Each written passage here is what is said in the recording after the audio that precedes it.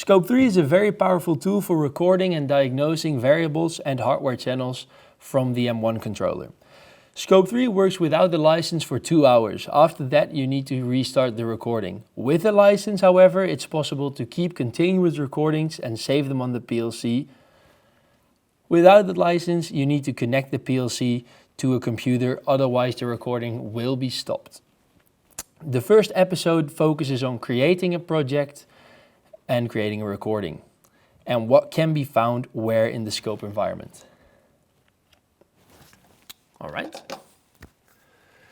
So to get started, when we're in Solution Center, we're going to right click on Scope Project, go New, and then click on Scope Project. Give the Scope Project a name and press Finish.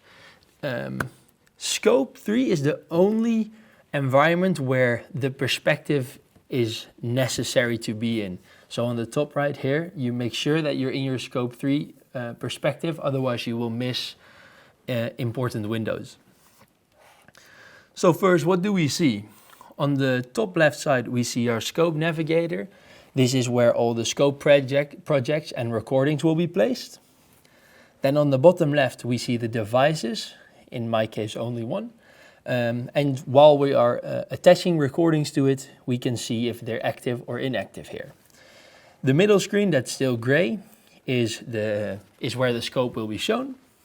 The right side has a presentation tab. This is for changing the axis or the data that you're looking at. Then on the bottom, the last part, you can find recorder, channels and legends. At the channels we're going to add channels, and at the recorder we can choose what kind of recording we want to do.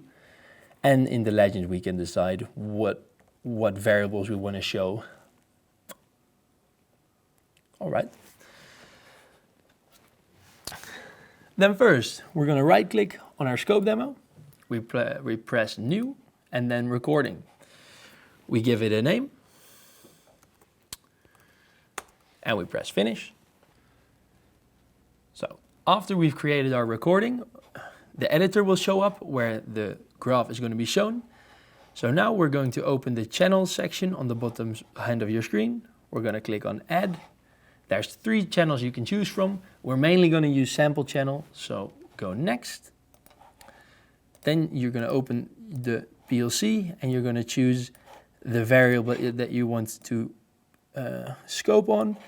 For now, I added a program which is going to make some signals for us or generate some signals. And we're going to choose one of those. We're going to press Finish.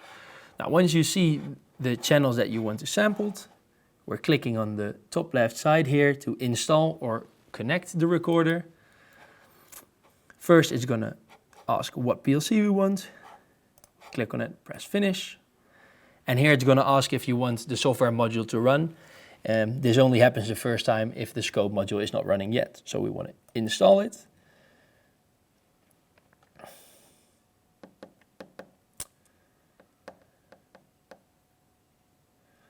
And once this is done, you get your first scope.